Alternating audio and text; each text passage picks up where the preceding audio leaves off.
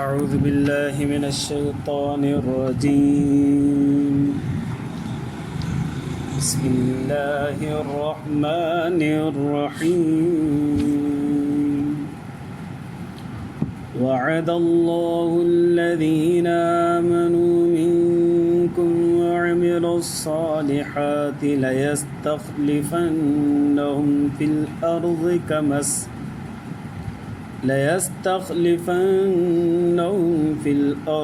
كما استخلف الذين من قبلهم وليمكنن لهم دينهم الذي ارتضى لهم وليبدلنهم من بعد خوفهم أمنا يعبدونني لا يشركون بي شيئا ومن كفر بعد ذلك فأولئك هم الفاسقون.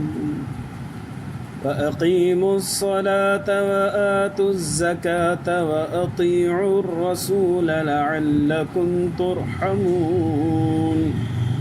لا تحسبن الذين كفروا معجزين في الأرض ومأواهم النار ولبئس المصير. درود شريف. اللهم صل على سيدنا محمد وعلى آل سيدنا. رب زدني علما وارزقني فهما. سبحانك لا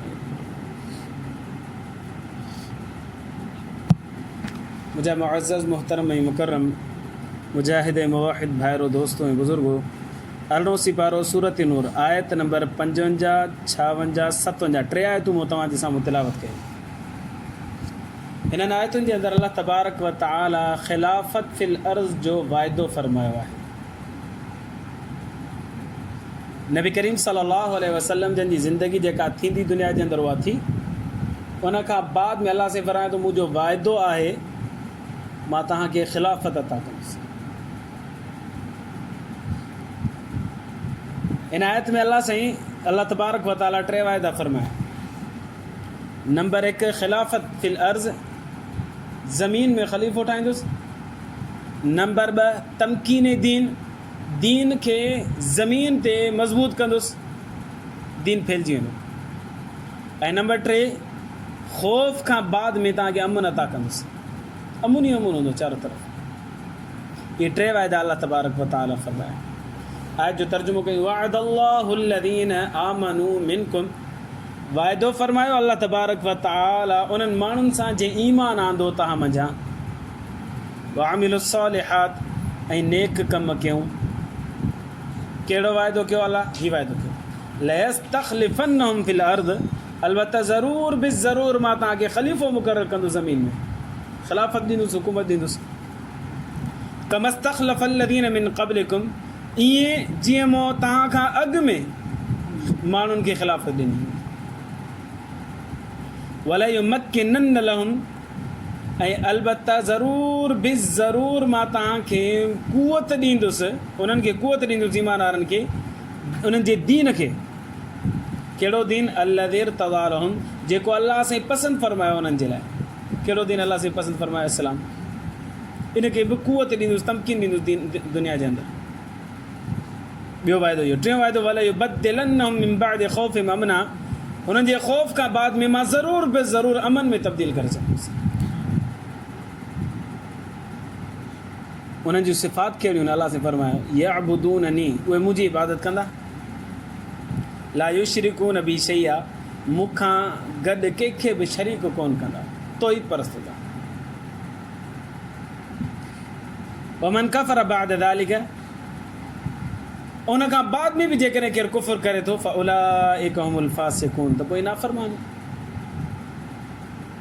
हिन आयत जे अंदरि अल्लाह तबारक व तआला वाइदो फ़रमायो आहे त मां ज़मीन ते ख़िलाफ़त क़ाइमु कंदुसि। इहे ख़लीफ़ा, इन मां ख़िलाफ़त मां मुराद केरु केरु हुया? इन मां 4 ख़ुलफ़ा राशिदीन मुराद आहिनि। हज़रत अबू बकर जी ख़िलाफ़त, हज़रत उमर जी ख़िलाफ़त, हज़रत उस्मान जी ख़िलाफ़त, हज़रत अली साईं जी ख़िलाफ़त। ख़िलाफ़त ॿिनि क़िस्मनि जूं थींदियूं आहिनि, हिकिड़ी ख़िलाफ़त ख़ासा, हिकिड़ी ख़िलाफ़त आमा।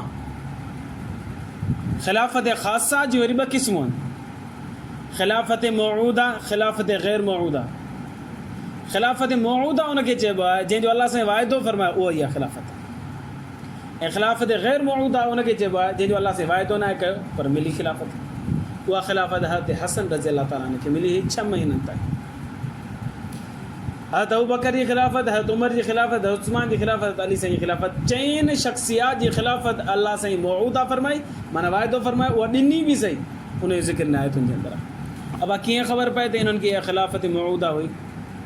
जवाब इहा त इन 4 जे दौर जे अंदरि 3 वाइदा जेके अलाह साईं फरमाया उहे थिया या न थिया, इन्हनि खे ॾिसबो। नबी करीम सल्लल्लाहु अलैहि वसल्लम जंहिंजे दौर में अल्लाह जे रसूल सल्लल्लाहु अलैहि वसल्लम ऐलान नबूवत मके में फरमायो त हर वक़्तु ख़ौफ़ रहंदो हुयो, काफ़िर विड़ी न विड़नि न। पोइ नबी सल्लल्लाहु अलैहि वसल्लम 10 साल बराबरि 13 साल मके में रहिया, 40 साल में ऐलान नबूवत फरमायूं, 53 साल जी उमिरि में नबी साईं जन हिजरत फरमाई। 13 साल बराबरि ऐलान नबूवत खां बाद में नबी सल्लल्लाहु अलैहि वसल्लम मके में रहिया। साईं जन खे इहो ख़ौफ़ ज़रूरु रहंदो त काफ़िर विड़नि ऐं तकलीफ़ बि ॾींदा नबी सल्लल्लाहु अलैहि वसल्लम। करे अल्लाह जे रसूल सल्लल्लाहु अलैहि वसल्लम जन जे गले मुबारक में कपिड़ो विझी करे छिकंदा हुआ, करे नबी साईं जे मथां ओजरियूं चिलंदा, करे नबी सल्लल्लाहु अलैहि वसल्लम मुख़्तलिफ़ तकालीफ़ ॾींदा ऐं सहाबा किराम खे बि ॾींदा, त ख़ौफ़ रहंदो हो। उन खां बाद नबी सल्लल्लाहु अलैहि वसल्लम हिजरत फरमाई मदीना मुनव्वरा, मदीना मुनव्वरा में बि ख़ौफ़ रहंदो। पोइ बिलाख़िर नबी सल्लल्लाहु अलैहि वसल्लम खे क़ुवत हासिल थी, साईं जन हिकिड़ो गार्ड मुक़ररु फरमाए छॾियो जेको हर वक़्तु नबी सल्लल्लाहु अलैहि वसल्लम जी हिफ़ाज़त में हूंदो।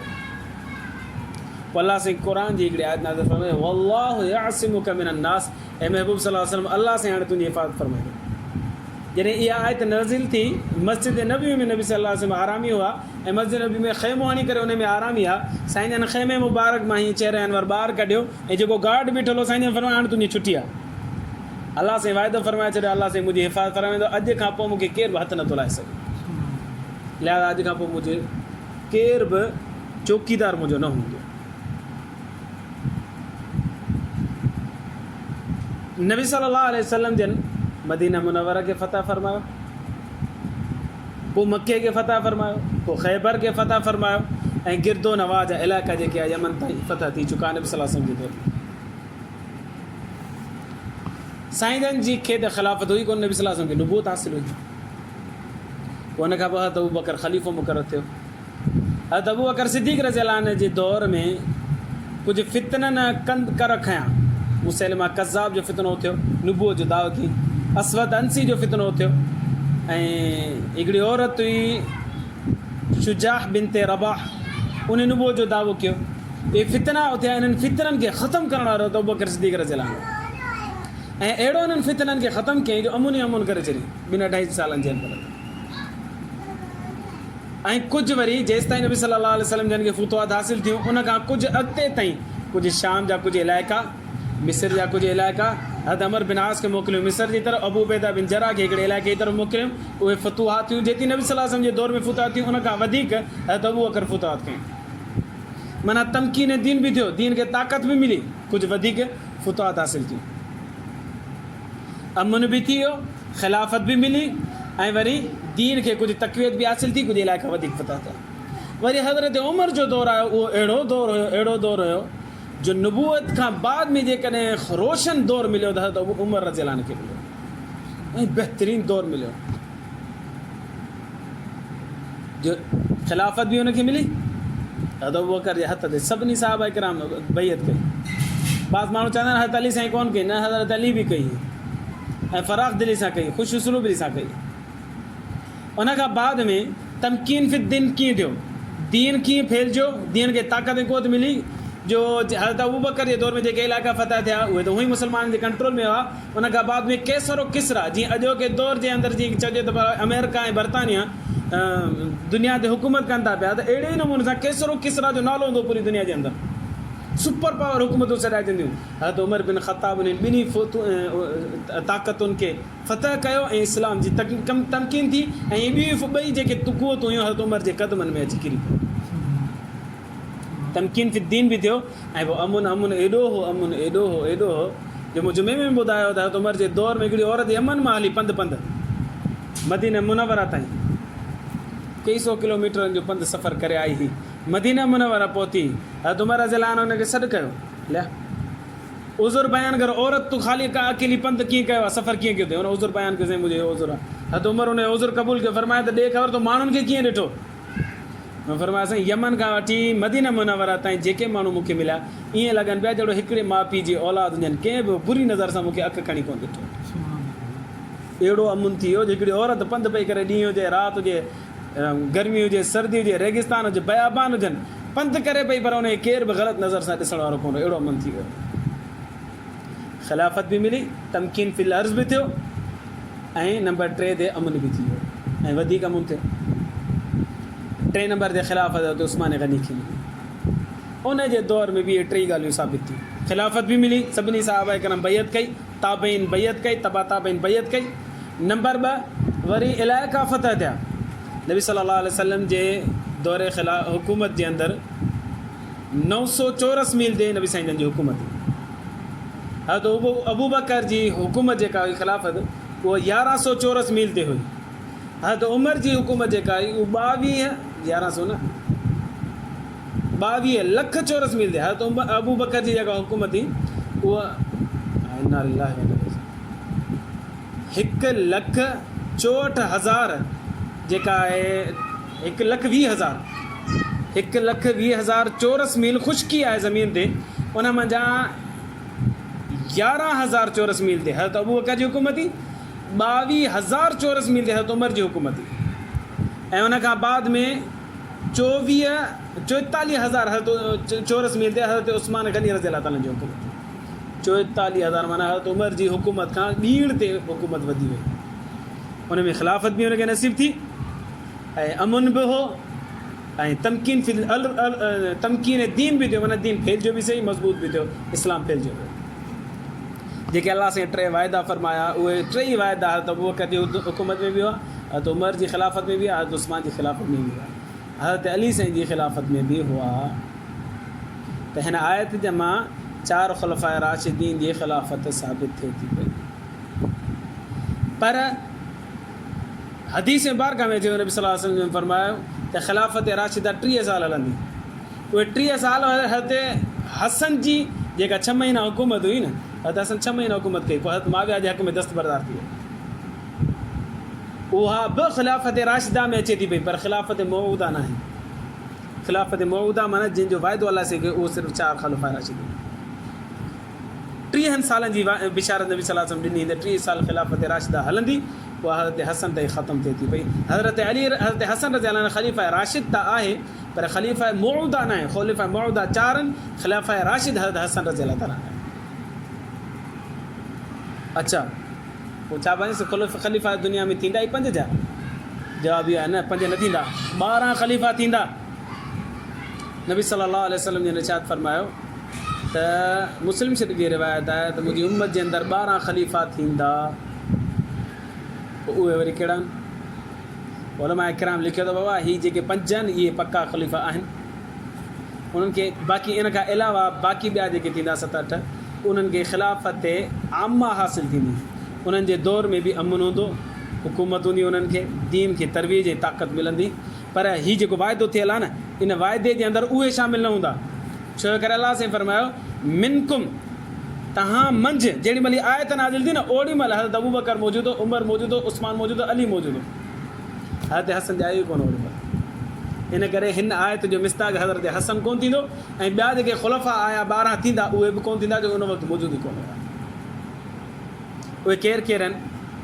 5 इहे ख़ुलफ़ा राशिदीन थी विया। 6 नंबर ते 12 जेकॾहिं ॻणबा, 6 नंबर ते हज़रत मुआविया रज़ी अल्लाह ताला अन्हु, जिन कमो पेश 20 साल हुकूमत कई। अल्लाह साईं जेके फुतवात उनखे ॾिनी न, दुनिया में कंहिंखे बि नसीब न थी, वॾी फुतवात। अधु रूए ज़मीन ते जेका ख़ुश्की आहे न, जेतिरी ख़ुश्की आहे उन खां अधु जो अधु ते इस्लाम जेकॾहिं नाफ़िज़ कयो न, हज़रत मुआविया रज़ी अल्लाह ताला नाफ़िज़ कयो। इहो थियो 6 नंबर। 7 नंबर ते अब्दुल्ला बिन ज़ुबैर रज़ी अल्लाह अन्हु, उनजी हुकूमत यज़ीद जे दौर में हुकूमत हुई हुनजी मक्कतुल मुकरमा जे मथां। यज़ीद नाहक ख़लीफ़ो ई कोन हो, नाहक हुयो ऐं हक़ वारो हुनजे मुक़ाबले में अब्दुल्ला बिन ज़ुबैर रज़ी अल्लाह अन्हु 7 नंबर ते हुआ। 8 नंबर ते उमर बिन अब्दुल अज़ीज़ हो। उमर बिन अब्दुल अज़ीज़ जी हुकूमत 2 साल रही, 99 हिजरी 100 हिजरी। इन 2 सालनि खे उलमा किराम ख़िलाफ़त राशिदा में शुमार कयो आहे, बहितरीन ख़िलाफ़त जे अंदरि शुमार कयो। ऐं उन खां अलावा 3 ॿिया बि बुज़ुर्ग लिखिया आहिनि जेके मूंखे नाला यादि आहिनि। अलामा जलालुद्दीन सूती रहमतुल्लाह अलैह लिखिया आहिनि। 3 ॿिया बि ख़लीफ़ा बनु अब्बास मां या ॿिए के मां हुआ, 3 नाला उन्हनि बि लिखिया आहिनि। 11 पूरा यादि आहिनि। 12 जेको आहे बिल इत्तिफ़ाक़ इमाम महदी ईंदो, 12 ख़लीफ़ो थींदो। असांजा दोस्त शिया हज़रात चवनि था इन 12 ख़िलाफ़ा जी हदीस मां मुराद 12 इमाम आहिनि। असां चवंदा 12 इमामनि खे हुकूमत ई कोन मिली, ख़लीफ़ा कीअं थींदा? हुकूमत मिली हज़रत अली साईं खे, ठीकु आहे, हज़रत हसन खे मिली, इहे त थी सघंदा। हज़रत हुसैन खे ख़िलाफ़त ई कोन मिली, हुकूमत ई कोन मिली। इमाम ज़ैनुल आबिदीन खे हुकूमत ई कोन मिली, इमाम बाकर खे कोन मिली, इमाम जाफ़र सादिक़ खे कोन मिली, इमाम तकी अली खे कोन मिली, इमाम नकी अली खे कोन मिली। इन्हनि खे ख़िलाफ़तूं मिलियूं ई कोन हुयूं, त इहे ख़लीफ़ा कीअं थींदा?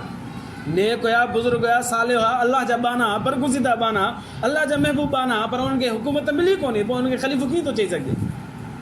इन करे इहो चवणु त 12 इमाम जेके हुआ उहे ख़लीफ़ा हुआ, इहो सही आहे, इहो ग़लति आहे। ख़लीफ़ा उहे थींदा जिन खे हुकूमत मिली हुजे।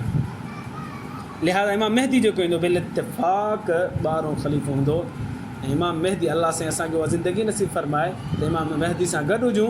उहो माण्हू ख़ुशि नसीब हूंदो जेको इमाम महदी सां मिलंदो, उनजे झंडे जे हेठां जिहाद कंदो ऐं काफ़रनि सां विढ़ंदो, उनजे लाइ त बिशारतूं आहिनि। उहो माण्हू ख़ुशि नसीब हूंदो। अलाह असांखे उहो दौरु नसीब फ़रमाए। जेकॾहिं दौरु नसीब न फ़रमाए त कम अज़ कम असांखे उनजे मुहिबीन में शामिलु फ़रमाए। त ख़िलाफ़ाए राशिदीन 4 आहिनि। ख़िलाफ़ाए राशिदीन मौऊदा जिन जो वाइदो कयो वियो। ख़िलाफ़त राशिदा 5 थींदा हज़रत हसन जा गॾु, ऐं 12 ख़लीफ़ा अलॻि थींदा जंहिंजा मूं नाला मां खणी ॿुधाया। आख़िरी ख़लीफ़ो इमाम महदी थींदो।